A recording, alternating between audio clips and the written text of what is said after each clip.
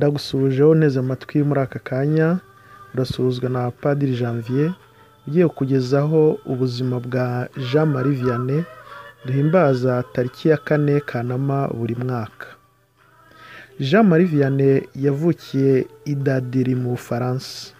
Avuka ku babyeyi b'abahinzi, ariko kandi bakaba abakristu bakomeye.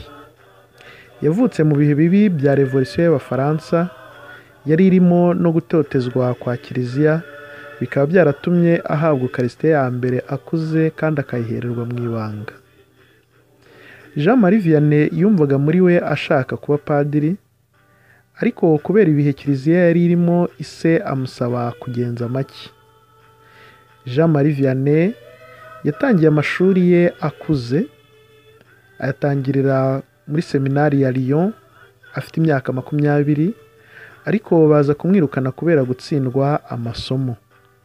Ibyo ntibyabujije umwepiskopi wa diyosezi ye kumuha ubupadiri mu mwaka w'1815. Amaze kubuhabwa yoherezwa gufasha muri paruwasi ya Écurie ari vicaire, paruwasi yamazemo imyaka 3.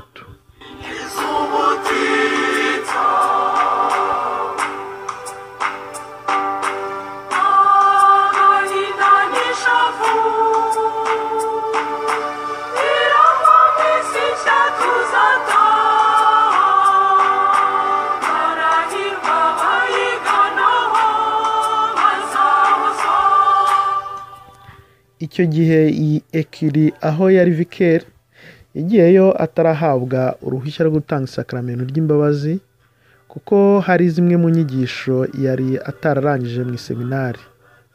Aho aboneye urwo ruhushya, abakristo baramuyobotse ari benshi, ahanini kubera inyigisho ze. Mu mwaka w'1818 yimuriwe i Ars, paruwasi nto yari ifite abakristo 230, ahaba igihe kinini cyane kugeza apfuye mu mwaka w'1859, ahamaze imyaka 41. Ageze i Ars, ntiyatinze kubona ko abakristo baho badohotse cyane, abandi bagata, nuko arabavugurura, arabigisha, abaha inama nziza, kandi ababera urugero rwo kwitagatifuza. Imyifatire ye yatumaga rubanda rumubonamo umuntu ukorerwamo n'Imana, kandi muri we agahora yumva adakwiye uwo mwanya wo guhuza abantu n'Imana, bigatuma ahora yigengesereye cyane. Nuko abakristo benshi bagaturuka hirya no hino mu bihugu byinshi ndetse no mu mahanga yose, baje ngo bafashe guhabwa isakaramentu ry'imbabazi.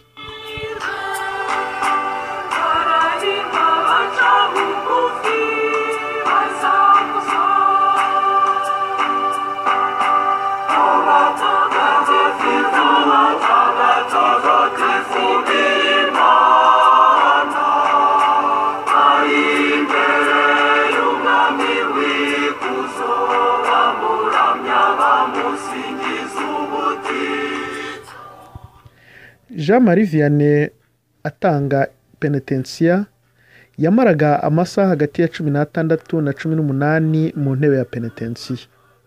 Hari n'abazaga baje kwiyumvira gusa inyigisho ze no gusengana nawe aho ngaho muri paruwasi ya Ars yari abereye padiri mukuru. Abagera ku bihumbi 100 nibo babarurwa buri mwaka, bazaga ari icyo kibazanye. Jean Marie Vianney yabaye koko umuhuza w'abantu n'Imana, bityo paruwasi ya Ars ayihindura umurwanyagasani, ibihuriro ry'abifuza kugororokera Imana ndetse n'abafite inyota yo kuyimenya. Mu minsi ya nyuma y'ubuzima bwe, yakomeje kwitagatifuza no gufasha abandi kugororokera Imana. Yitabye Imana mu ijoro ry'uwa 4 Kanama 1859, afite imyaka 73. Yashyizwe mu bahire mu mwaka w'1905 na Papa Pio wa 10, ashyirwa mu rwego rw'abatagatifu mu mwaka w'1925 na Papa Pio wa 12, agirwa n'umurinzi w'abapadiri bakuru ku isi yose mu mwaka w'1929. Mu mwaka wa 2009 na 2010 ubwo hizihizwaga imyaka 150 Jean Marie Vianney apfuye. Kiliziya yagize uwo mwaka umwaka w'ubusaserdoti no kuzirikana cyane ubuzima bwa Mutagatifu Jean Marie Vianney, urugero rwiza rw'abapadiri, mu nsanganyamatsiko yagiraga iti nzakwereka inzira ijya mu ijuru. Iyi ni interuro Jean Marie Vianney yabwiye umwana muto yayobozaga ubwo yoherezwaga muri paruwasi ya Ars kuyiyobora, maze mu nzira ari kujyayo agahura n'umwana akamubwira ati ndangira kuri paruwasi ya Ars, nanjye nzakurangira inzira ijya mu ijuru.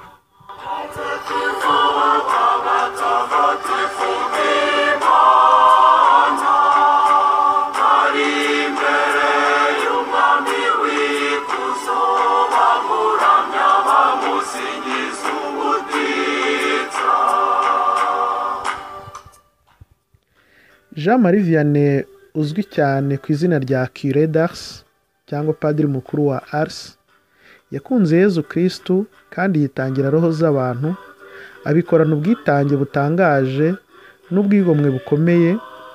Yezu yamuhaye ububasha bwo gukiza roho nyinshi. Imbaraga zo gukora ubutumwa bwe yazivomaga mu Eucharistia.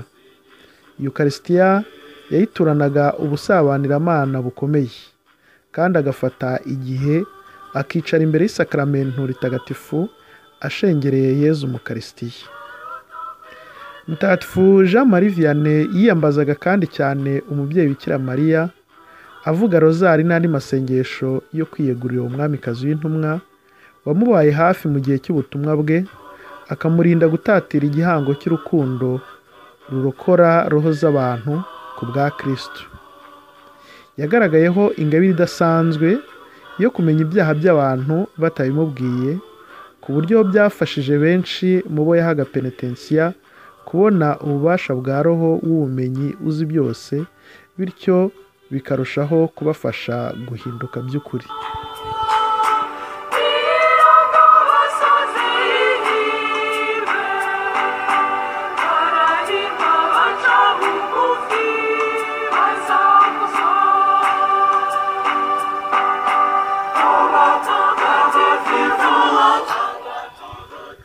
Umunsi mwiza ku bitwa ba Jean Marie Vianney, umunsi mwiza ku bapadiri bakuru mu maparuwasi yose, umunsi mwiza kandi namwe basaserdoti ku munsi mukuru wa Padiri Jean Marie Vianney, urugero rwiza rw'abasaserdoti. Namwe mwese umunsi mukuru mwiza. Mwari kumwe na Padiri Janvier, naho ubutaha.